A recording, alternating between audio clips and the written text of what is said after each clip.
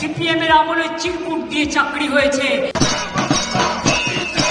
पश्चिम बंगाल में हाल ही में शिक्षा क्षेत्र को लेकर उत्पन्न विवाद ने राजनीतिक माहौल को गर्म कर दिया है, जहां ममता बनर्जी की सरकार और विपक्षी दलों के बीच तीव्र आरोप प्रत्यारोप का दौर जारी है। यह विवाद तब उत्पन्न हुआ जब सुप्रीम कोर्ट ने पश्चिम बंगाल स्कूल सेवा आयोग WBSSC द्वारा 2016 में कराई गई शिक्षक और अन्य स्टाफ भर्ती प्रक्रिया को अवैध करार दिया। सुप्रीम कोर्ट ने 3 अप्रैल को कोलकाता हाई कोर्ट के फैसले को बरकरार रखते हुए यह साफ किया है कि राज्य में शिक्षा क्षेत्र में हुई भर्ती प्रक्रिया में बड़े पैमाने पर गड़बड़ियां पाई गई है। उच्च न्यायालय ने 2016 में 25,752 शिक्षकों और कर्मचारियों की भर्ती को अवैध घोषित करते हुए इसे रद्द कर दिया है। कोर्ट ने यह भी कहा है कि इस प्रक्रिया में भ्रष्टाचार और अनियमितताएं थी, जिससे उम्मीदवारों से लाखों रुपए की रिश्वत की मांग की गई थी। आरोपों के मुताबिक भर्ती के लिए उम्मीदवारों से 5 लाख से 15 लाख रुपए तक की रिश्वत ली गई थी, जिससे यह मामला और भी विवादों से घिर गया है। ममता बनर्जी ने इस विवाद भरे फैसले पर प्रतिक्रिया देते हुए कहा है कि वह व्यक्तिगत तौर पर इस फैसले से सहमत नहीं है, लेकिन उनका कहना है कि उनकी सरकार सुप्रीम कोर्ट के आदेशों का पालन करेगी और भर्ती प्रक्रिया को दोबारा से आयोजित किया जाएगा। उन्होंने इस दौरान कहा है कि यह फैसले उन कैंडिडेट्स के लिए नाइंसाफी है जो सच्चे और योग्य शिक्षक थे और वे इस आदेश को स्वीकार नहीं कर सकती है। ममता ने इस मुलाकात के दौरान अपने कर्मचारियों को आश्वस्त किया है कि राज्य सरकार उनके हितों की रक्षा करेगी। हालांकि उन्होंने यह भी कहा है कि अगर उन्हें जेल भी भेजा गया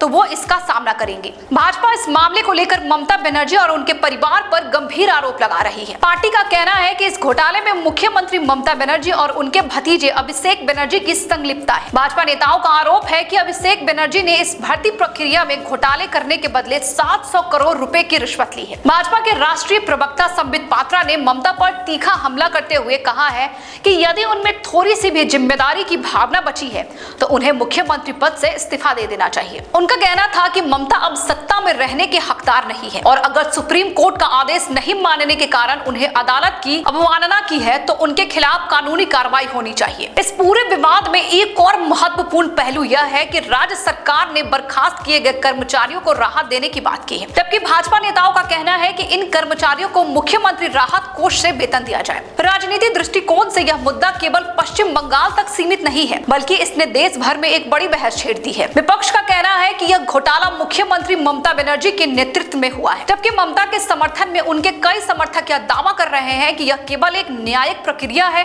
जिसका पालन करना अनिवार्य है। सुप्रीम कोर्ट के फैसले ने इस पूरे मामले में एक महत्वपूर्ण मोड़ लिया है और अब यह देखना बाकी है कि ममता बनर्जी अपने प्रशासन की छवि को कैसे सुधार पाती है और क्या वे इस घोटाले के राजनीतिक प्रभाव से उबरने में सफल होती है। इस मामले में आपकी जो भी राय है हमें कमेंट बॉक्स में लिखकर जरूर बताएं। वीडियो को लाइक और चैनल को सब्सक्राइब करना ना भूलें और देखते रहें BS24 न्यूज।